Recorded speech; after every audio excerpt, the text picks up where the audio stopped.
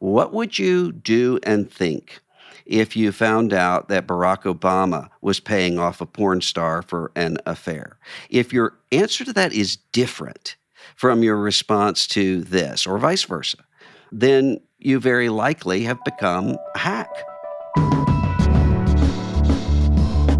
From Christianity Today, you're listening to The Bulletin, a podcast about the people, events, and issues that are shaping our world.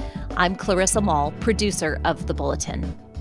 Donald Trump has been declared a felon, but not everybody seems to agree.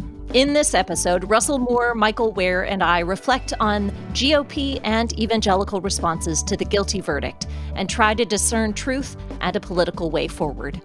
Next, Eugene Cho joins us to talk about the growing famine crisis in Sudan and why we're not hearing about it in the news. Finally, Russell Moore and I talk with historian Kurt Peeler about the 80th anniversary of D-Day and how faith is shaped in suffering. Welcome to the show.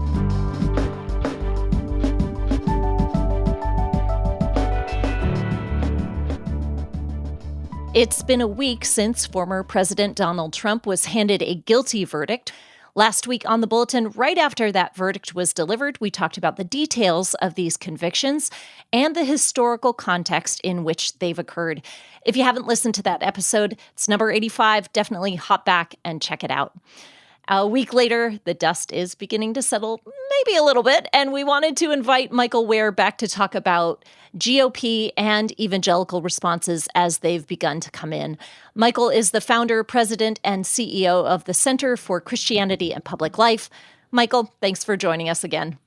Good to be with you, as always. So it's hard to believe that it's been just a week ago when we were sitting at these microphones on Thursday night trying to wrap our heads around what we'd just heard and seen in the courtroom. What responses have you seen in the last 7 days from the Republican Party, and are they what you expected? I have been surprised by the almost blanket unanimity around this being sort of an outright travesty. I mean, I think we've seen in recent days Jeff Duncan in Georgia.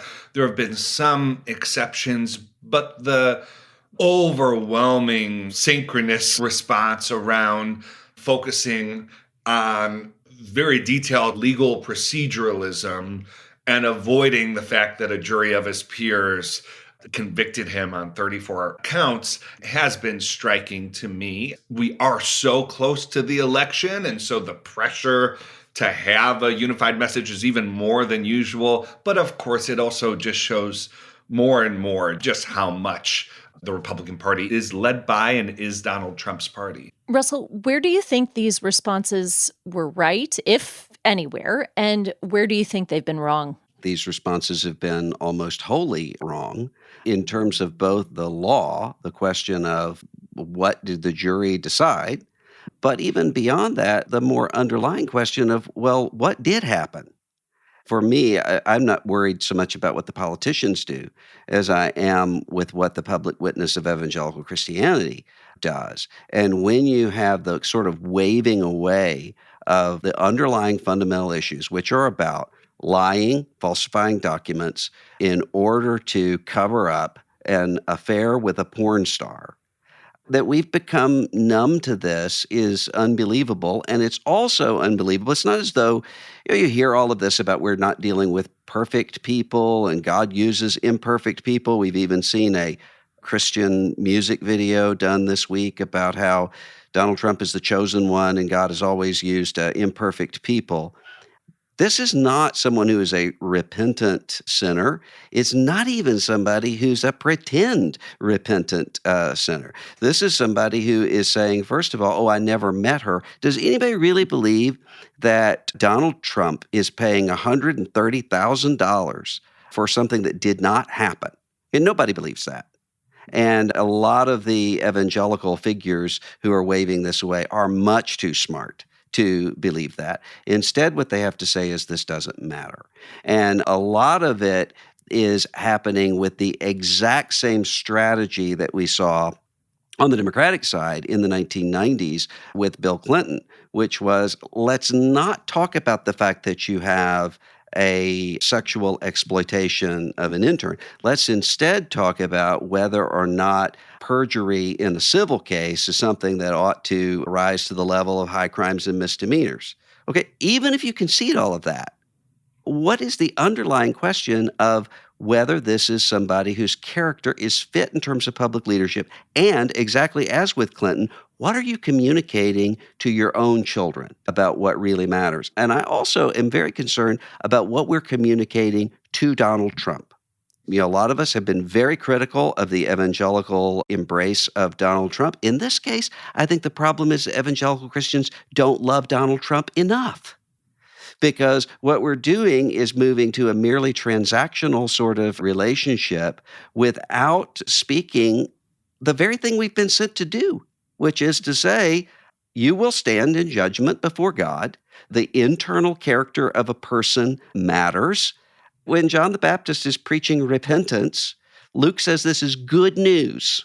And sadly, I don't think we have that kind of good news when it comes to our politics right now. This seems like such a straightforward morality tale. It seems like the most natural thing to do here would be to say, at the very least, that sin makes you vulnerable for a sacrifice of the calling God has placed on your life. Even if you grant sort of the Cyrus sort of illusions, like even with all that, you can support Trump and still say this is part of the vulnerability that comes with sin.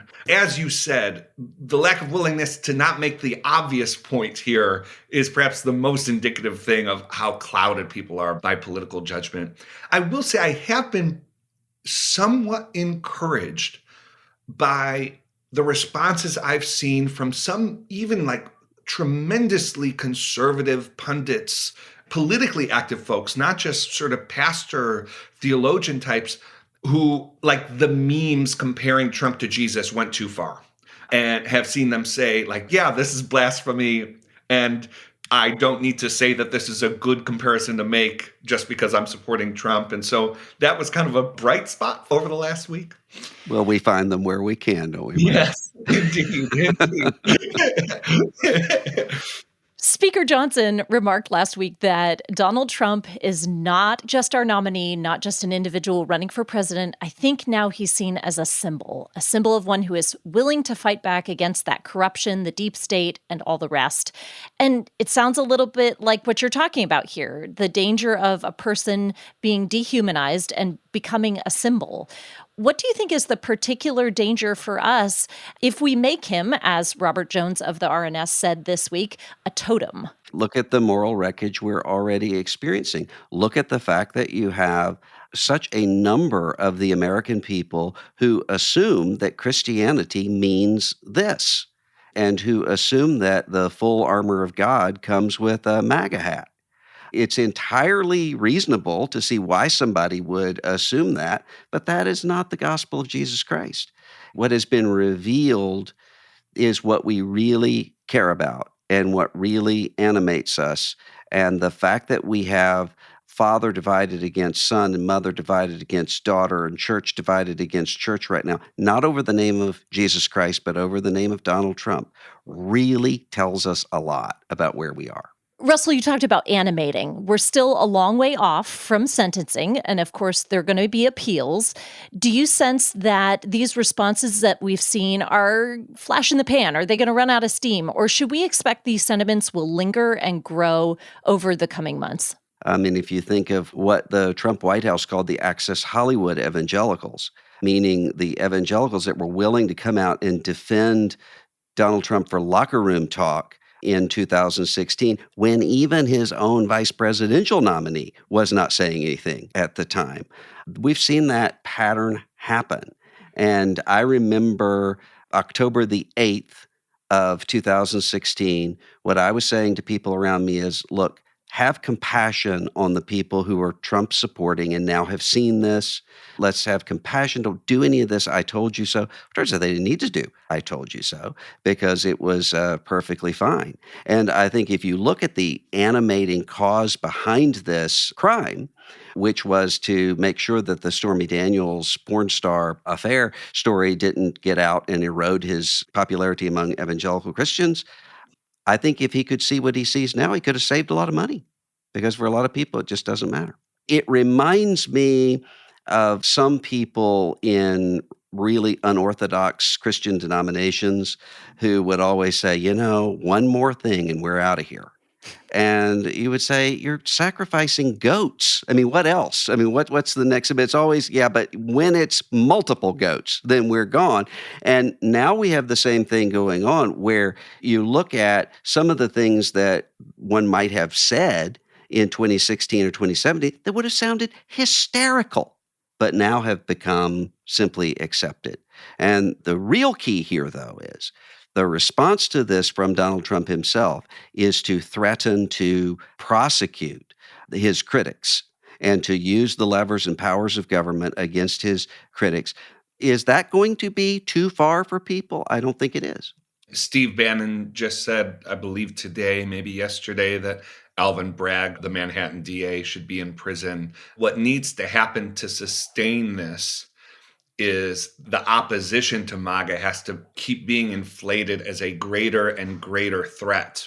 Only in light of inflating the threat that the opposition proposes can sustain this kind of talking about the details of New York state law after your candidate has just been convicted for felonies related to adultery while his wife was pregnant. And the argument, one can sacrifice moral ideals because the stakes are so high and something worse might possibly happen in the future. Well, I've heard that ethic before from Planned Parenthood. That's the entire argument. But that's not a Christian ethic. These responses clearly reveal that we've got a lot of work to do, both in the church and in our political system. If you were to be able to chart out an action plan for a Christian for the next 5 months, what instructions would you give to that person?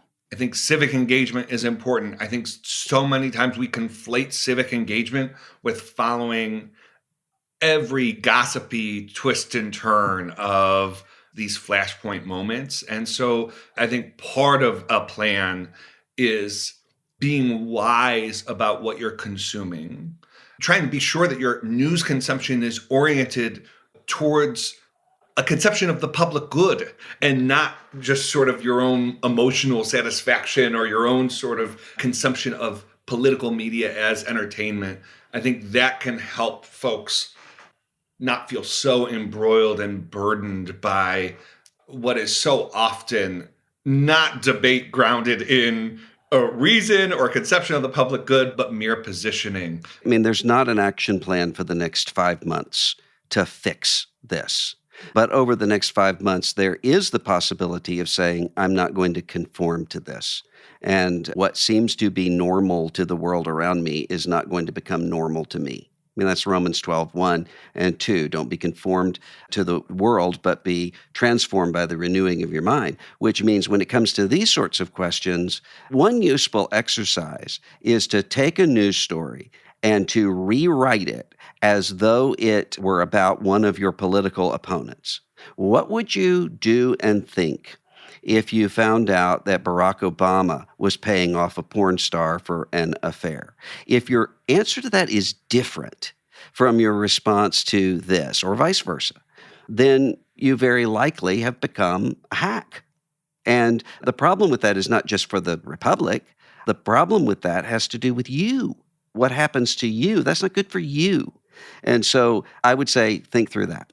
We're headed towards summer and cookouts, July 4th celebrations, folks sitting around the campfire. And Russell, you talked about this dividing father and son and brothers. How do we engage with family and friends who have responded differently to this verdict than we have? We all inhabit different areas of responsibility.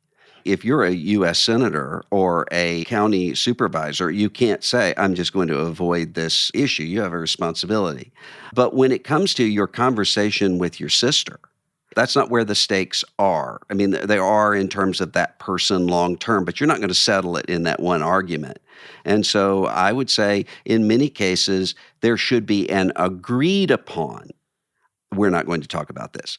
Not just that, sort of as we see right now, kind of normie people don't talk about things and extreme people do, giving the impression that only the extreme people are there. That's not what I'm talking about. I'm talking about a mutually agreed upon, hey, look, I'm not going to change you. You're not going to change me, but I want to be around you and I need you in my life. Can we just make that happen?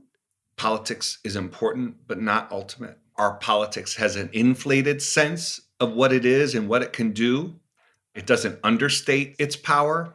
We have limited political responsibility, but we do have political responsibility that God has asked us to steward by the nature of placing us in this time and place. And so steward the limited influence that you have toward the good while not becoming obsessed with political outcomes that you have very little say in, and instead make sure that that which you do have say over, that there's an integrity to it. Well, this conversation has certainly been a good reminder to be thoughtful and deliberative in our response, to resist the temptation toward mob mentality, and to pray, pray, pray for our local and national leaders and for our churches as we navigate the coming months until the election. Michael, thanks again for being with us. Stick around, folks. We will be right back.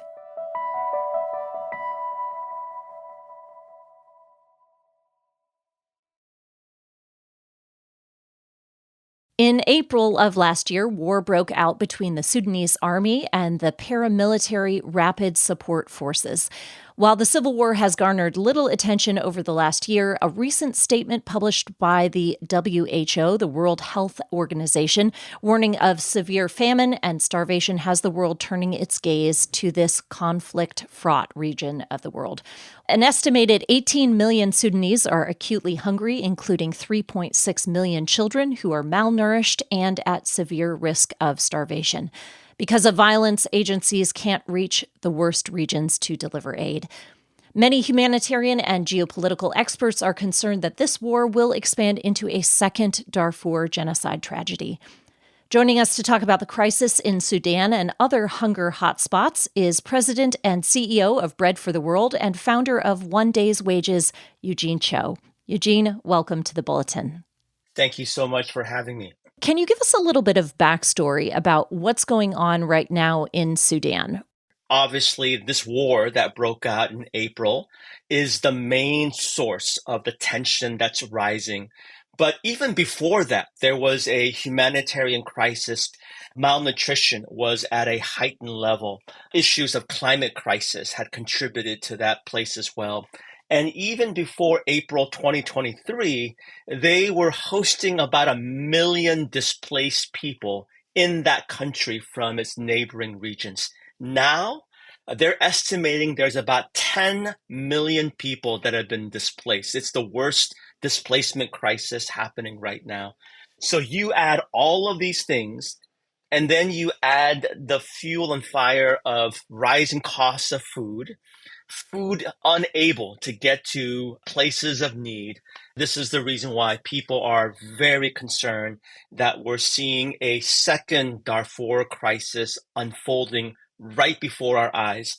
In 2003, I remember as a younger pastor, as a younger person that was really concerned about issues of hunger and injustice and violence, hearing multiple people say, never again, never again. And here we are, 300,000 human lives created in the image of God then were killed. And we're seeing the death count begin to mount up as well. So that's kind of a big picture summary of what's happening right now in Sudan. Eugene, I saw a documentary not long ago about the We Are the World project of musicians in the 1980s coming together, an incredible group of people to have in one room doing an album. That was about Ethiopia, and it seems as though the world's attention to some degree was focused at that time on Ethiopia. Why is now different? Why are so few people talking about Sudan? We live in a culture where I think our attention span has become so diminished that we are going from one news to the other. And I'm not saying this to shame people or to shame Christians or the church or even the larger culture, but to assess that there is a concern and a problem.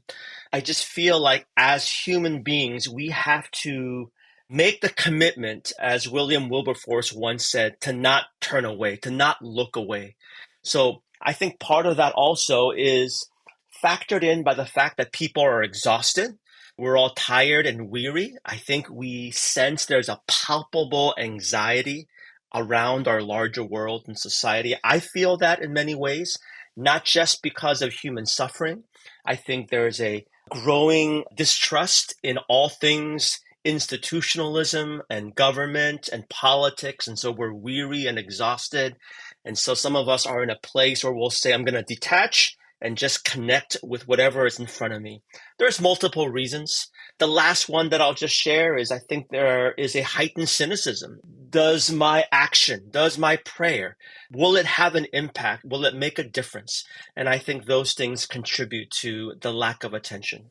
So one expert lamented, Africa as a region is always last on the list and first off the list in Washington.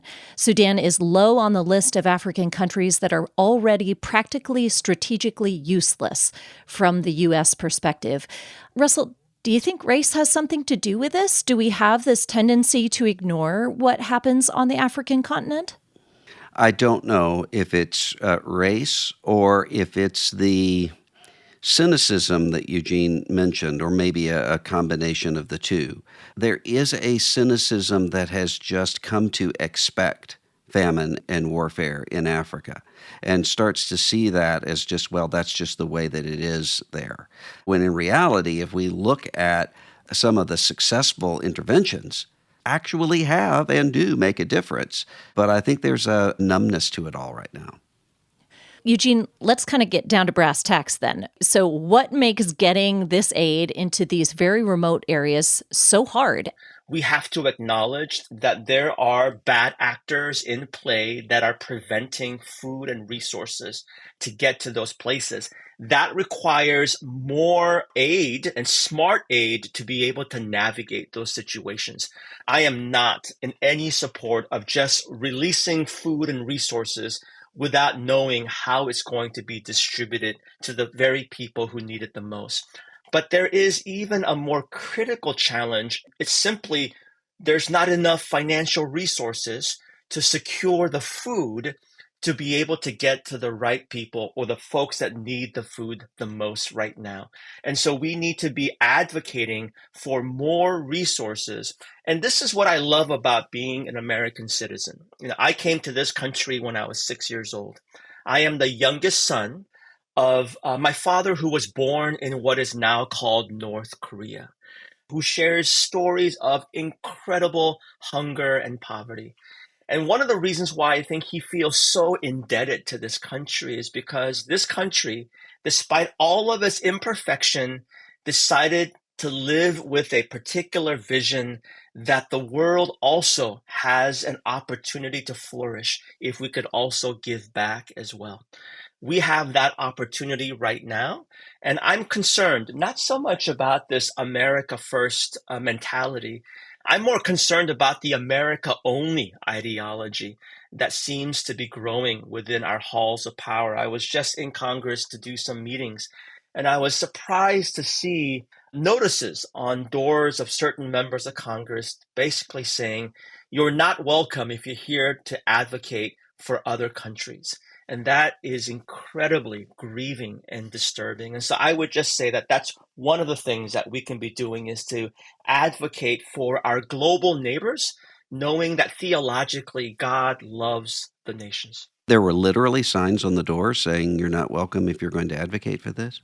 I will send you a picture of such Wow. sign. Yes. Wow. I think all the time about a book I read years ago talking about global Christianity that talked about an experiment of telling the parable of the prodigal son to different groups of people and saying, repeat the story back to me, the gist of the story. And so there was one part of it that Western people never mentioned and everybody else did, and that was the famine.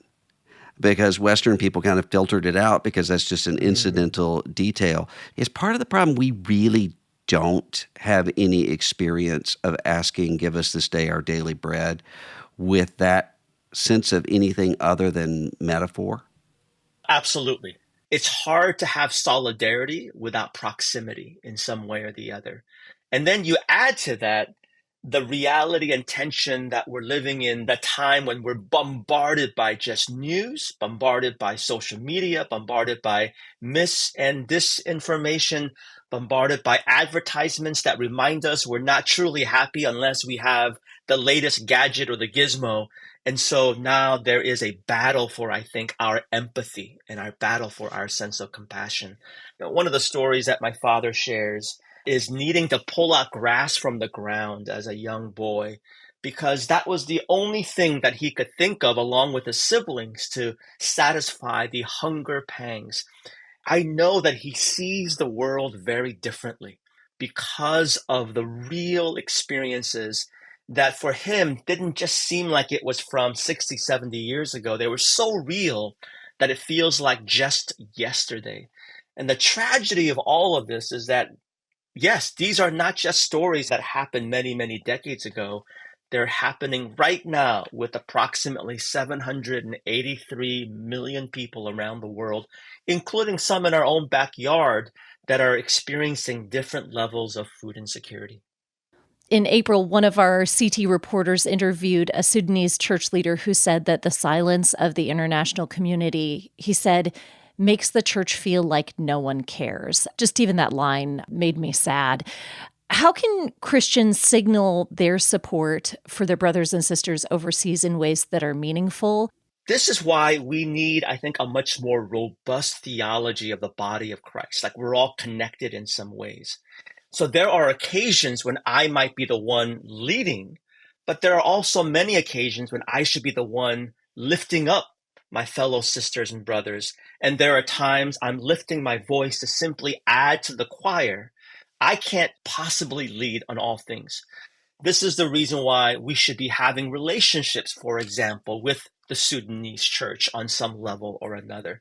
Our churches are so bifurcated and so fragmented in many ways, doing our own thing. If we truly believe in the Lordship of Jesus, that, as far as I'm concerned, is a significant reason for us to be able to partner on things such as it is not godly, it is not good, it's not kingdom honoring, it's not gospel-centric that 18 million of our neighbors in Sudan right now are experiencing hunger, malnutrition, and fragility.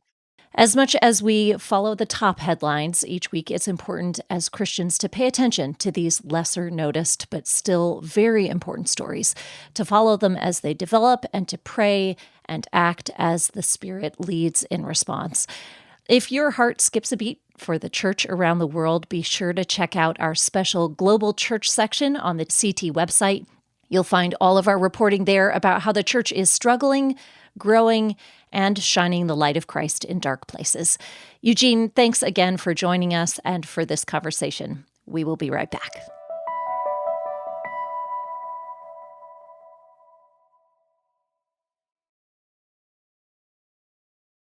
June 6th marks 80 years since D-Day. That's hard to believe. 80 years when the Allied forces arrived at the beaches of Normandy, France for Operation Overlord, what would become the largest seaborne invasion in history and the turning point of World War II.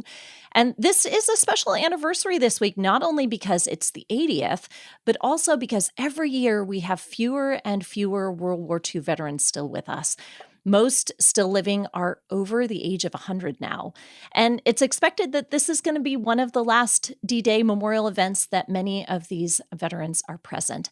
A series of memorials are being held in various sites in Normandy, while the first European land war since 1945 between Ukraine and Russia continues just 1,500 miles to the east. There is so much to reflect on here as it relates to the past and the present and the future, and we are deeply grateful to have Kurt Peeler here to offer insight as we do that. Kurt is an associate professor of history at Florida State University and the director of the Institute on World War II and the Human Experience. He wrote a really fascinating book called A Religious History of the American GI in World War II. Kurt, welcome to the Bulletin. Thank you for having me on. Kurt, we learned about D-Day in history class in school, but it's been a lot of years for some of us. What are some of the important details that perhaps the average American adult has forgotten about D-Day through the years? And one of the things I try to really emphasize both when I teach, but also when I talk to the general public, is one has to remember that World War II is a global war, and that to put even D-Day into context and not to take anything away from the British, the Canadians, and the Americans, but we never fight the bulk of the German army. We are heavily dependent on the Soviet Union after June 22nd, 1941, fighting the bulk of the German army. Tied to that is 60% of the troops that land on D-Day are American, 40% are principally British and Canadian. And I don't think we have a full sense of how this was very much a war where allies were crucial to victory. No ally alone could have done it by themselves. The other thing I think that I remind people is the remarkable leadership of Dwight Eisenhower. While Eisenhower was the supreme Allied commander, all his deputies, including his air commander and his naval commander, were British. And so I think wanting to appreciate D-Day is the triumph is really centered on the success of the Grand Alliance. You talk about these big groups of people, 60%, 40%, British, French, and yet your work has largely been about individuals, about documenting the armed forces' work to care for the spiritual needs of individual soldiers during this time. What were those particular needs that soldiers had as they approached D-Day, and how did the military care for them? In 1994, when the class of 42 at Rutgers University asked me to direct an oral history project. So I started interviewing World War II veterans about the war. And several things immediately struck me was one, if you're in infantry, there's no such thing as a good war. I was also struck by how the military really did meet the spiritual needs of GIs, but also really promoted religious pluralism. And I heard countless stories of, for example, a Presbyterian chaplain out in the Pacific leading the Yom Kippur service in perfect Hebrew, or the rabbi leading services for all three faiths because there was no other chaplain available. When I dug deeper, I was really struck how much it matched Franklin Roosevelt's vision for a democratic society. Roosevelt was not a deep thinker, but one of his core values was the importance of religion. And for Roosevelt, a liberal democratic society, religion was important, but he also very strongly believed in religious pluralism. And this very much gets embodied in how we structure the spiritual sustenance we provide for American GIs of all faiths. Russell, pastoring is sort of witnessing oral history in some ways, coming alongside of folks and hearing their stories. In your years of pastoring, what did you notice about how this war affected the lives of the greatest generation of these GIs who came home and had to establish lives after war was over? Professor Peeler is exactly right that when someone is on the front lines, there's not the kind of easy valorization that we give to war itself.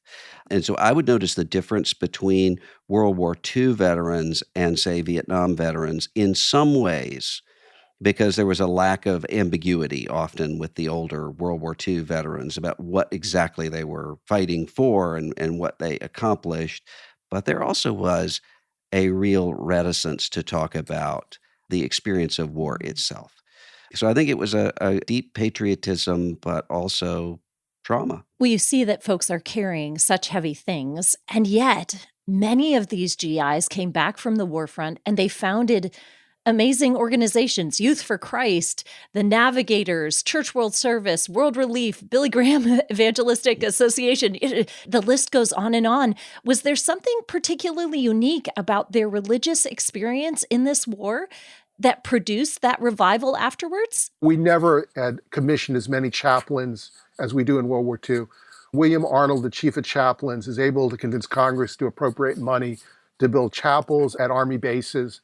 We also print scriptures at the government printing office. The Army will issue a Catholic Hebrew and Hebrew scriptures and a Protestant edition of the scriptures that every GI will get. So unprecedented resources are devoted to promoting religious life of the GI, combined with religious pluralism, that chaplains, they were to adhere to their faith. The Catholic Church did not want Protestant ministers to say Mass, but they were to meet the religious needs of all. So a Catholic priest or a Protestant minister would not necessarily have to lead Jewish services, but had to arrange for Jewish services.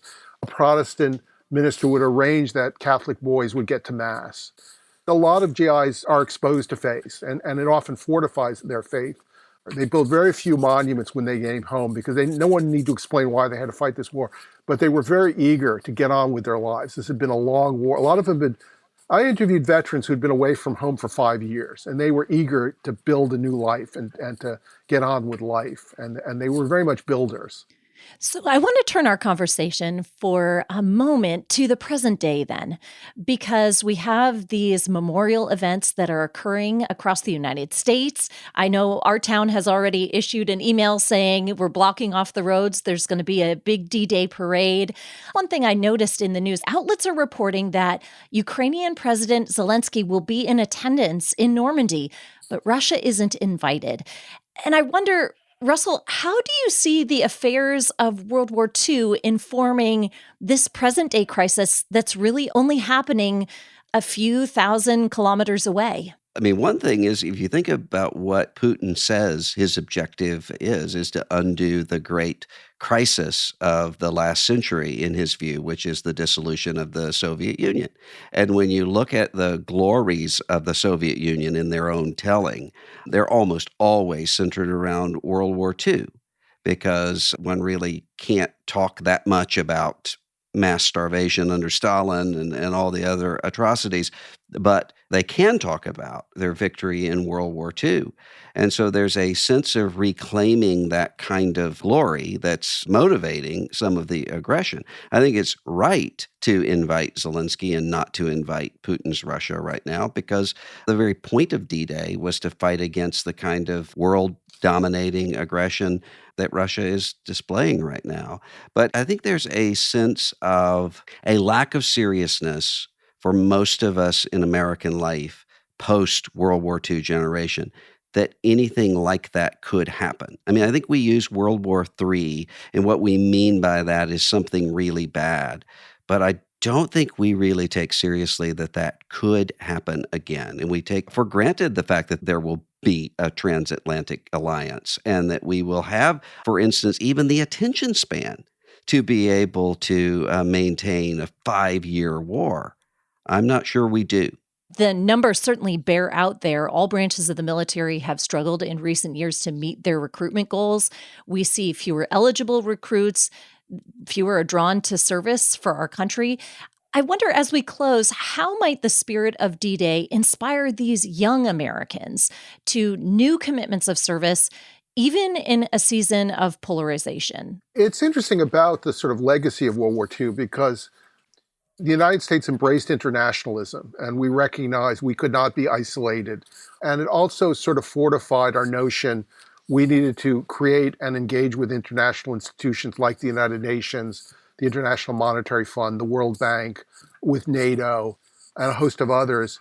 It's been striking the last sort of 10 years that there have been a number of Americans really have questioned whether engagement matters. And I would argue the Ukrainian invasion is a classic reason why we need alliances and why they're so important. I would also say it's striking about Putin forgetting the lessons of World War II, because yes, I wouldn't take anything away from what the Soviet Union did. It truly was the great patriotic war. But also the Soviet Union prevails in World War II because it is part of the Grand Alliance. Without the British Royal Navy convoying supplies to Murmansk at great loss to the Royal Navy, without American Lend-Lease shipments of trucks and supplies and spam, Russia would not have prevailed. And war of aggressions generally don't work. Gentlemen, this has been so helpful. For those veterans and servicemen and women who are listening in, we are deeply grateful for your commitment to our country. May our lives be lived worthy of your sacrifice. Thanks so much for joining us, Kurt, and thanks to you for joining us this week on The Bulletin. We hope this episode finds you better equipped to understand the headlines and talk about them. Leave us a review in Apple Podcasts. We'd love to hear from you. We will see you next week. The Bulletin is a production of Christianity Today. It's produced by Clarissa Mall. The associate producer is Leslie Thompson. This episode was mixed by TJ Hester. Theme music by Dan Phelps. Eric Petrick and Mike Cosper are the executive producers of CT Media Podcasts, and Matt Stevens is our senior producer. If you enjoyed this episode, please leave us a rating and review to help more people find the show. Thanks for listening.